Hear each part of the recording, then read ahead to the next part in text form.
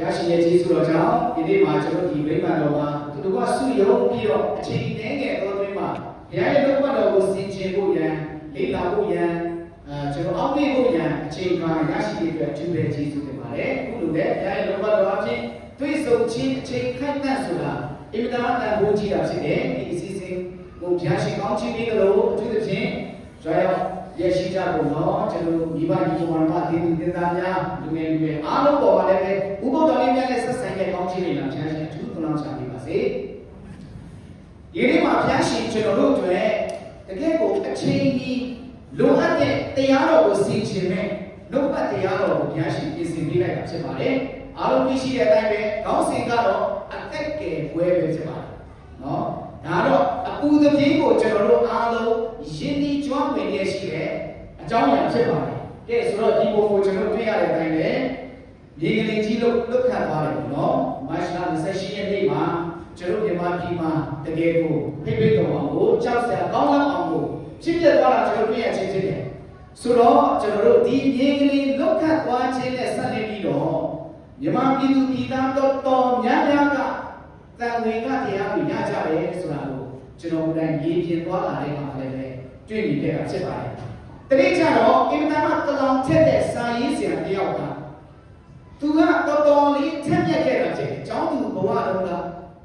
ဘယ်သူရဲ့အကူအညီမှမလုပ်ဘူး။စာရဲတော် outstanding ဖြစ်တယ်။အရက်ထူးချွတ်ထက်မြက်တာဖြစ်တယ်။သူရေးသားတဲ့စာအုပ်တွေလည်းပဲတိုက်ကိုဖတ်လို့ကောင်းတဲ့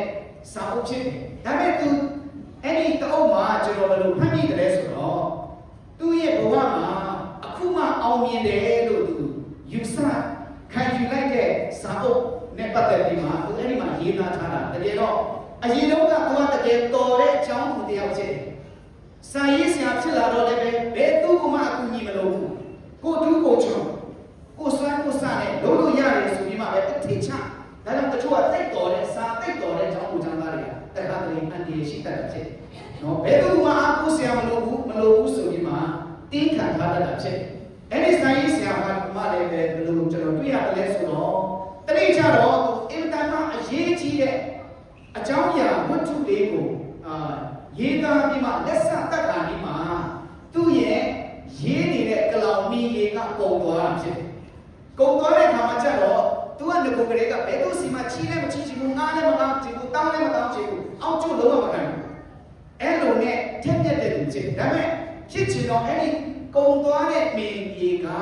ဘယ်မှာမှမရနိုင်ဘူးဈေးမှလည်းမရနိုင်ဘူးနောက်ဆုံးမှာသူမတင်ထားတဲ့အညတရနော်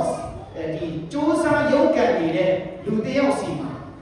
အဲ့ဒီမင်းကြီးကရှက်ကြပါပါသူလိုချင်တဲ့အဲ့ဒီမှာရှိနေတဲ့ကောင်ကသူ့ရဲ့စိတ်ကအပေါ်ကိုမြင့်မအောင်တင်ထားတဲ့ဟာကိုခွာမချလို့လည်းရတော့အဲ့ဒါနဲ့သူကသွားပြီးတော့ခက်ခက်ရရနဲ့အဲ့ဒီမင်းကြီးကိုတောင်းပြီးတော့သူ့ရဲ့ရေးသားတဲ့စာအုပ်ကိုလက်ဆက်တက်တယ်အဲ့ဒီချိန်ကအဲ့ဒီစာအုပ်ကမှသူ့ဘဝစတာဖြစ်တယ်ဆိုပြီးမှအဲ့ဒီစာရေးဆရာမရေးသားထားတာဖြစ်တယ်။ဘာကြောင့်လဲဆိုတော့လူဆိုတဲ့တတော်ကမြန်မာလိုအဲ့ဒီစာရေးဆရာမဘယ်လိုရေးသားထားတယ်လဲဆိုတော့မြန်မာလိုစကားလုံးနဲ့ပဲကြီးချဆိုတဲ့လူလို့စလုံးပေါင်းဖို့ရန်ဂါငယ်နဲ့ပဆောက်ကိုပေါင်းမှလာဖြစ်လာတာဖြစ်တယ်။အဲ့ဒီလာကိုကျွန်တော်တို့အထူးအထောင်မပါဘဲနဲ့ထားကြည့်ကျွန်တော်တို့ဘာလို့ဖြစ်နေလဲဆိုမှတ်တယ်လက်လို့မရဘူးเนาะဟိုဘက်ရိုင်းဒီဘက်ရိုင်းဖြစ်မဲ့တချမ်းပဲ့ဖြစ်နေเนาะနာကဘယ်လိုမှလူမချစ်နိုင်သေးဘူးတဲ့နှချောင်းမြင်ထူလိုက်မှလူချစ်လာတာဖြစ်တယ်အဲ့ဒီဆိုင်ရေးဆရာကအဲ့ဒီနေကလည်းဆိုင်မှာသူအရင်သူ့ဘဝမှာထက်မြက်ပါတယ်ထူးချွန်ပါတယ်ဆိုတော့မောက်မာခဲ့တဲ့အရာအားလုံးကဘဝရဲ့အဖြေကိုရရှိသွားတယ်လူဆိုတာတယောက်နဲ့တယောက်အမိတကယ်နဲ့တွားတာဖြစ်တယ်ဆိုတာလက်ခံသွားပြီးမှအဲ့ဒီကလည်းစပြီးမှသူ့ရဲ့ဘဝကိုအဲ့ဒီစာကျော်စွာလွားနေနဲ့ပြန်လဲထုစစ်ရေးသားသွားတယ်ဆိုပြီးမှတွေ့ရတာဖြစ်တယ်။ကဲဆိုတော့ဒီမှာကြည့်ရဒီကနေ့ကျွန်တော်ဒီမှာဒီအဲမှာငလင်ထဲမှာအတွေ့အကြုံရတဲ့လူတွေမှာလည်းပဲတော်များများကအဲ့ဒီစာရေးဆရာမလိုပဲလူဆိုတာနှချောင်းမြင်နဲ့ထူမှလူဆိုတဲ့မြန်မာစကားလုံးဖြစ်မယ်အကူကဲရလိုအပ်တယ်ဆိုတာကိုနားလည်သွားတဲ့လူတွေအများကြီးရှိပါတယ်။ကဲဆိုတော့ဒီကနေ့ကျွန်တော်တို့ရဲ့အသက်တာမှာတော့ယုံကြည်သူတွေရဲ့အသက်တာမှာဘုရားခင်ကတတိယရင်တကယ်ကိုဒီလောကမှာတွေ့ကြုံရမယ် တောကပြိဒေဝနော်ဒါတွေကအဆုံးသတ်ဖို့ရှိကြောင်းကျမ်းစာမှာပေါ်ပြထားတာဖြစ်တယ်ဖျားသခင်ဒီသူတို့၏မျက်စိနဲ့မျက်ရည်ရှိသမျှတို့ကိုတောက်တော်မူဆိုကြတဲ့ကတော့အဲ့ဒီအတော့မခံချိန်ထိတော့မျက်ရည်ကျနေရအောင်ပါပဲဖြစ်တယ်ဒီလောကမှာနေထိုင်စဉ်ကာလပတ်လုံးကျွန်တော်ရှိအောင်ပါဖြစ်တယ်ဒါပေမဲ့အဲ့ဒီချိန်မှာနောက်တစ်ပံတေးပေမရှိကြလူကမြန်မာစကားမှာတေးရေးရှိရေးဆိုတာတေးရေးဆိုတာဖြစ်ပြီးမှရှင်ရေးဟောတာလဲကျွန်တော်တရားချက်တက်တက်တူရှိတယ်လို့ဆိုတော့တေးပေမရှိကစိတ်မသာညီးသွားခြင်းဒီကနေ့မြန်မာပြည်ကြီးကမချမ်းပါဘူးတော်တော်လေးစိတ်ညီးယူနေကြတာဖြစ်တယ်။နော်ဆက်လက်ပြီးမှကျွန်တော်လေ့လာထားမယ်။အော်ဟစ်ခြင်းပြင်ပန်းခြင်းနဲ့မရှိတာအကြောင်းကရှင်းဖြစ်မှုသောအရာတို့ဒီအဲ့ဒီချိန်မှာအကုန်တင်ပုံးချေရွေ့သွားကြတာဖြစ်တယ်။ကျွန်တော်မိတ်ဆွေတို့ဒါတော့ကျွန်တော်တို့တွေဖခင်ရဲ့သားသမီးတွေယေရှုခရစ်တော်ကိုယုံကြည်တဲ့သားသမီးတွေအတွက်ကတော့နှစ်ထောင်အားရဆုံးဖြစ်မယ်။ဒီခါစားဖြစ်ပါလေ။စัจကြအောင်ဒီမှာကြည့်တဲ့အခါမှာမြန်မာပြည်မှာကျွန်တော်တို့မြေကနေလောက်ခတ်သွားတဲ့အခါမှာကယ်ဆယ်ရေးကဘယ်အဆင့်ရောက်သွားတယ်ဆိုတော့နိုင်ငံတကာအဆင့်ကယ်ဆယ်ရေးဖြစ်သွားတယ်။ဟောရိုးကယ်ဆယ်ရေးမဟုတ်ဘူး။နိုင်ငံတကာအဆင့်ကယ်ဆယ်ရေးဖြစ်သွားတယ်။အားလုံးသိတဲ့အတိုင်းပဲအတိုင်းတိုင်းအပြည်ပြည်ကနောက်ဆုံးရုပ်ဆွဆိုခွေးတော်မှာပါရတယ်ကယ်ဆယ်ရေးမှာ။ဟောအင်မတန်မှလက်ပတ်မွေးတုံတင်ထားတဲ့လိမ္မာတဲ့ခွေးနော်ဒီလိုအပြိုအပြက်အုံချားထဲမှာလူအနက်ခံတက်ပြီးမှအချက်ပြတ်ပြေးတတ်တဲ့ခွေးဒါတွေကိုရိုးခွေးတော်ကိုပဲနဲ့လူကောခွေးကောဘာရှိအကုန်လုံးနဲ့တွေအကုန်တဲလာကြသူ့တိုင်းပြည်ကလည်းကယ်ဆယ်ရေးလေရင်နဲ့ပစ္စည်းတွေနဲ့တော့ကျွန်တော်အားလုံးသိတယ်ကျွန်တော်ရှိဝေးဝေးပြောနေစရာမလိုကဲဆိုတော့ဒီကျွန်တော်တို့မတ်လ28ရက်နေ့မှာလောက်ခတ်သွားတဲ့12:53ပေါ့နော်ကျွန်တော်အဲ့ဒီနေ့မှာကျွန်တော်ရုံခန်းရှိမှာရုံခန်းထဲမှာပေါ့လေရှေ့မှာရှိပြီးတော့ရေကြီးတဲ့လောက်သွားတယ်ဒီရှိမှာဆိုတော့ဒါပေမဲ့အဲ့လောက်ပဲထင်တယ်ဒါပေမဲ့မချမ်းဘူးတည်တဲ့အမျိုးမျိုးသက်လာတဲ့အခါမှာတကယ်ကိုရည်သက်ပြီးဆရာပဲကျွန်တော်ပြီးဆိုနော်ဆိုတော့ Richard Scale က 7.7 ကတော်တော်လေးကိုကျန်းတဲ့နော်ကမ္ဘာမှာအကျန်းဆုံးလောက်ရှိတဲ့မီလီယံကြီးဖြစ်သွားတယ်ဆိုတော့ဒါကအဓိကဘယ်ကိုဖြတ်ရွှေ့သွားလဲဆိုတော့မြန်မာပြည်ရဲ့အလယ်ပိုင်းဖြစ်တယ်ဆိုတာအားလုံးသိပြီးသားဖြစ်တယ်နော်မြန်မာပြည်ရဲ့အလယ်ပိုင်းမှာလုတ်ခတ်တဲ့ဒီကလေးကဒုပြည်သူပြည်သားတွေများစွာကိုအနိဋ္ဌာယူဖြစ်စေတာဖြစ်တယ်ဆက်ပြီးမှကျွန်တော်ပြောပြသွားမယ်ကျွန်တော်ကိုယ်တိုင်သွားခဲ့တယ်နော်သွားခဲ့တဲ့အတွေ့အကြုံဒီမှာဘာတွေညီမောင်းထုတ်ပြသွားတယ်ဆိုဒီကနေ့လုတ်ခတ်မှုပြီးတဲ့ချိန်မှာအရေးကြီးတဲ့အလုပ်တစ်ခုကိုညီမောင်းထုတ်ပြသွားတာဖြစ်တယ်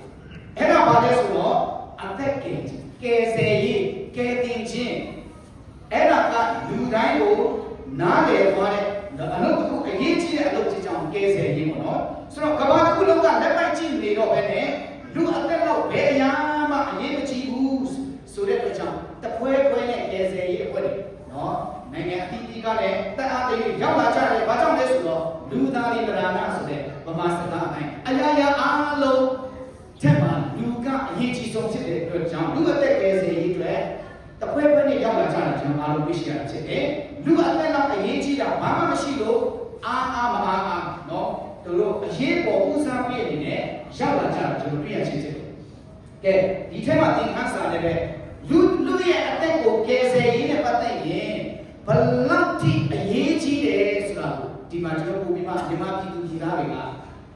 နားလည်ခွင့်ရခဲ့တာဖြစ်တယ်ဆိုတော့သင်ခန်းစာကျွန်တော်အားမအသက်ကယ်ဆယ်ရေးဒီငလင်ဘေးကြုံတွေ့နေတဲ့ငလင်တန်တင့်နေတဲ့ဒီတိုက်ချိုတိုက်ချားတိုင်းမှာဒုက္ခရောက်နေတဲ့သူတွေကိုကယ်ဖို့ဆိုရင်အားမသွားမယ်ဆိုရင်ပုဂ္ဂိုလ်လုံး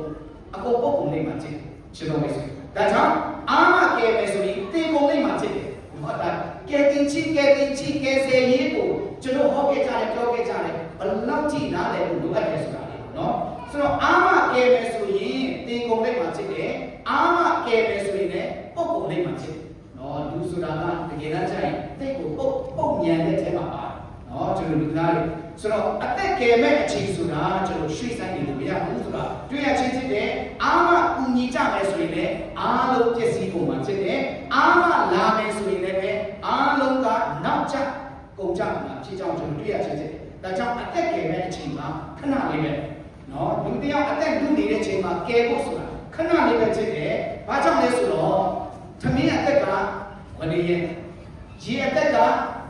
တမနဲ့လေအသက်ကရောဒီရှူဆိုင်နေတယ်လေအသက်ပြဲ ချစ်တော်မိတ်